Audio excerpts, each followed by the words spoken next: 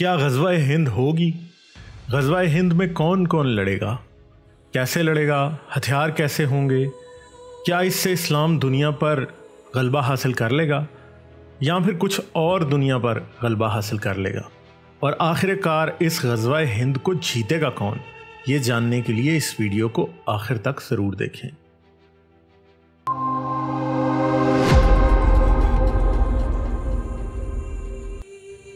हिंदुस्तान का बंटवारा मज़हब के नाम पर हुआ, जहां हिंदू मुस्लिम दो अलग कौमें मान लिया गया और जना ने पाकिस्तान बना लिया।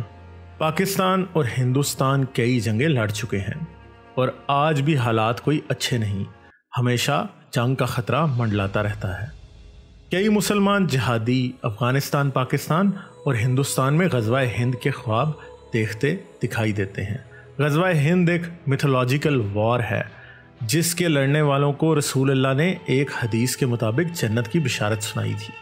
रसूल अल्लाह ने कहा था कि मुजाहिदों के दो गिरोहों पर जहन्नम हराम है, एक वो जो ईसा इब्न मरियम के लश्कर में शामिल होंगे और दूसरा वो जो हिंदुस्तान पर हमला करेगा। मगर हिंदुस्तान के बंटवारे के बाद पाकिस्तान के बनने के साथ ही इस्लामी जहन के लोगों ने ग़ज़वा हिंद को एक हकीकत समझ लिया और वो समझने लगे कि एक दिन वो घोड़ों पर सवार काले झंडे उठाए हिंदुस्तान पर हमला करेंगे और कामयाब होंगे। इस कामयाबी के बदले इन्हें जन्नत में आला तरीन मुजाहिदों के दरमियान जगह मिलेगी। आज की सियासी गहमा गहमी में अब ग़ज़वा हिंद को बतौर आइडियोलॉजिकल वेपन इस्तेमाल किया जाता है, चाहे कश्मीर का जिहाद हो या फिर अफ़गानिस्तान का। इसमें ग़ज़वा हिंद कहीं ना कहीं से आ ही जाती है। जब दाश यानी आइसिस ने काले झंडे अपना निशान ठहराए, कई शिद्दत पसंदों के दिल में एक बार फिर ग़ज़वा हिंद का ख्वाब जाग गया। मगर सबसे बड़ा मसला पाकिस्तान और हिंदुस्तान के दरमियान पाई जाने वाली दुश्मनी है, और ये दुश्मनी आज कोई छोटी दुश्मनी नहीं।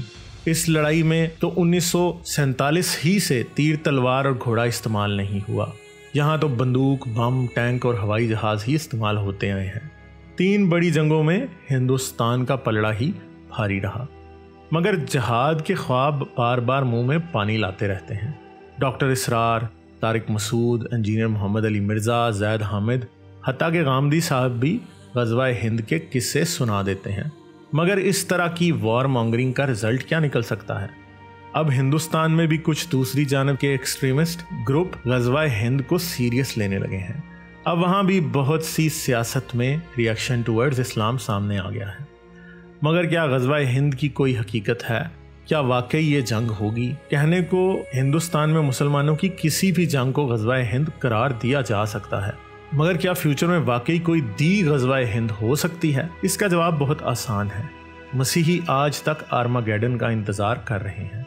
आर्मागेडन की जंग दुनिया की आखिरी जंग होगी, जो कि इसराइल में आर्मागेडन के मैदान में होगी, और इस वक्त यसू मसीह की वापसी होगी और फिर दुनिया पर 1000 साल हुकूमत करेंगे। इसी तरह मुसलमान भी आखिरी वक्त के मुतालिक बहुत से दावे करते रहते हैं कि आखिरी वक्त में सारी दुनिया एक बार फिर मुसलमान हो जाएगी, सारी दुनिया पर इस्लाम की हुकूमत होगी, तमाम जगह शरीयत नाफिज कर दी जाएगी, फलां ढमका। ऐसी सोच को एपोकलिप्टिसिज्म कहा जाता है, जिसके मुताबिक इंसान ये समझता है कि वो आखिरी दौर में जिंदा है और क़यामत आने वाली है, इसलिए उसे हर काम क़यामत के लिए करना है। ये सोच यहूदियत, मसीहत, इस्लाम और कई दूसरे मज़हबों में पाई जाती है। मगर ये सोच तो जीसस क्राइस्ट के वक्त भी मौजूद थी। मसीहत का बानी पॉल तो ऐसा सोचता था कि उसकी ज़िंदगी ही में क़यामत आ जाएगी, मगर ऐसा कभी ना हुआ। हज़रत मोहम्मद भी ऐसा ही सोचते थे कि क़यामत जल्द आ जाएगी, बल्कि सहाबा तो ऐसा समझते थे कि वो दज्जाल के ख़िलाफ़ जंग में शरीक होंगे। मगर एपोकलिप्टिक सोच इंसानियत के लिए बहुत ख़तरनाक है।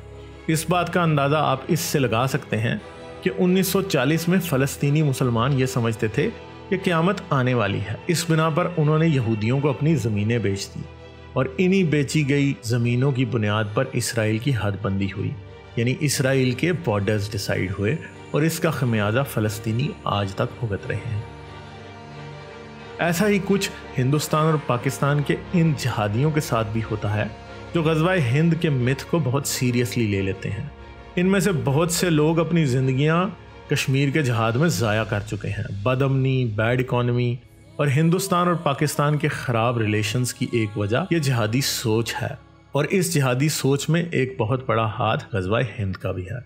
ग़ज़वा हिंद जैसे झूठे मिथ को डिस्करेज करने की ज़रूरत है, क्योंकि आज के वक्त में हिंदुस्तान और पाकिस्तान किसी भी जंग के मुतहम्मिल नहीं हो सकते। हम जंग अफोर्ड ही नहीं कर सकते, और अगर कोई जंग हुई तो इसका एंड न्यूक्लियर वेपन्स पर होगा, और न्यूक्लियर वॉर में दोनों में से कोई भी मुल्क नहीं जीतेगा। ना तो जिहादियों के झंडे होंगे और ना ही घोड़े, बल्कि अगर ईसा भी वापस आ जाएं तो वो भी न्यूक्लियर वेपन्स की हीट से वेपराइज हो जाएंगे। पाकिस्तान और हिंदुस्तान के दरमियान जंग दिनों, महीनों और सालों की नहीं होगी, बल्कि न्यूक्लियर जंग के लिए 2 से 3 घंटे भी बहुत ज़्यादा हैं। अगर वाकई न्यूक्लियर वॉर हेड वाले रॉकेट दोनों जानब से चलने लगे तो ज़्यादातर तबाही सिर्फ पहले 1 ही घंटे में हो जाएगी। 1 दिन ही में करोड़ों लोग मर जाएंगे, और जो बाकी बचेंगे वो आने वाले कई हफ्तों तक मरते रहेंगे। इसके बाद भी जिंदा बच जाने वाले कई डेकेड्स तक कैंसर से मरते रहेंगे। इनके बच्चे डिसेबल्ड पैदा होंगे।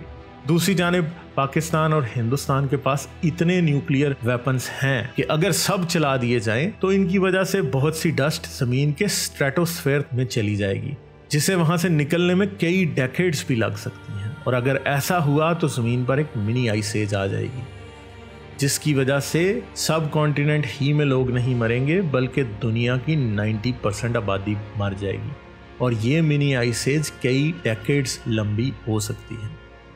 अगर आप ग़ज़वा हिंद लड़ना चाहते हैं तो ये ग़ज़वा हिंद जीता कौन? तो मेरे प्यारे दोस्त, ग़ज़वा हिंद जीता तो कोई नहीं, मगर हार सारी इंसानियत गई। इसलिए इस तरह के तबाहकुन रद्दी ख्यालात और नज़रियात को अपने दिमाग से निकाल दें और इंसानियत दोस्त बनकर सोचें और ज़िंदा रहें। जियो और जीने दो। शेयर और सब्सक्राइब करना मत भूलें। इसके साथ साथ आप मेरे चैनल को पेट्रियन पर सपोर्ट कर सकते हैं। पेट्रियन का लिंक वीडियो की डिस्क्रिप्शन में है।